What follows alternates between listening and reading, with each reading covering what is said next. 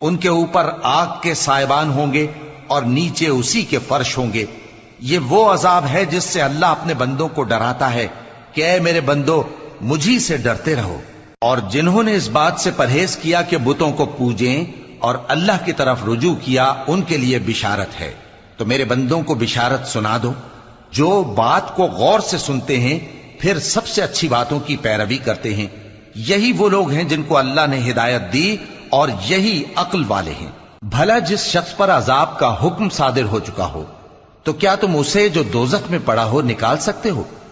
لیکن جو لوگ اپنے پروردگار سے ڈرتے ہیں ان کے لیے اونچے اونچے محل ہیں جن کے اوپر بالا خانے بنے ہوئے ہیں اور ان کے نیچے نہریں بہ رہی ہیں.